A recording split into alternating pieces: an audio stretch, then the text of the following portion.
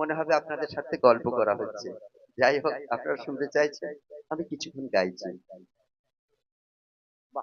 তাই কি বলছে, সেই বিল্লালের জীবনে আমি কিছু গাই, তাই তো? নেই শুনবেন, কাহিনী শুনবেন, খুব ভালো কাহিনী।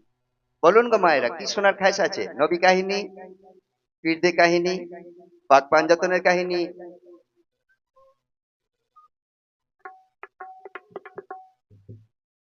তো মার আমার বলবে না সেই বিল্লালের জীবনীটা আমি শোনাচ্ছি।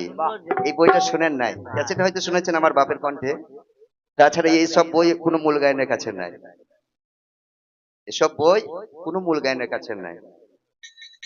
আমার আব্বা চলে গেছেন, এই গান করতে করতে গান যে করবে তার শরীরে 12টা বাজবে।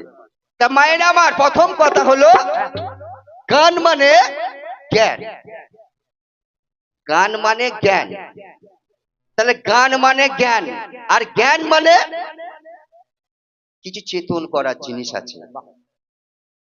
জ্ঞান শুধু হলেই তো হবে না, জ্ঞানটাকে চেতন করাতে হবে। তা সেই চেতন করতে গেলে একটা মানুষকে ধরতে হবে, মানুষকে বুঝতে হবে। আপনি যদি বলেন একটা মুসল্লি হতে 2 দিন লাগে, মুসল্লি হতে 2 দিন লাগে, যাবেন একটা বাজারে, একটা নামাজ শিক্ষা বই কিনে নিয়ে চলে আসবেন, পড়বেন, মুখস্থ করবেন, একটা টুপি কিনবেন, মাথায় দিয়ে মসজিদে ঢুকে যাবেন, নামাজ পড়ি বাইরে বেরোবেন, লোকে দেখলে আপনাকে বলবে মুসল্লি। কিন্তু একটা মানুষ হতে গেলে একটা মানুষের কাছে যেতে হবে, তা 10 বছর না 20 বছর থাকতে হবে তার কোনো ঠিক নাই। তাই কি বলছে, ওই আল্লাহর নবী নূরে নবী গো, আপনি নবী আমার জীবনের জীবন। আল্লাহ নবী নূরে নবী গো, আপনি নবী আমার জীবনের জীবন।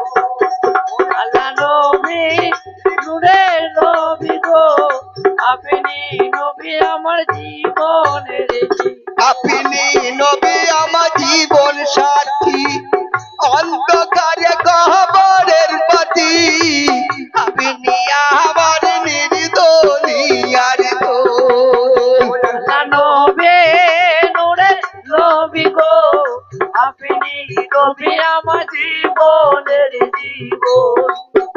ওগো আপনি নবী আমার জীবন সাথী, অন্ধকারে কবরের পথি, আপনি আমার নির্দনিয়ার দোল।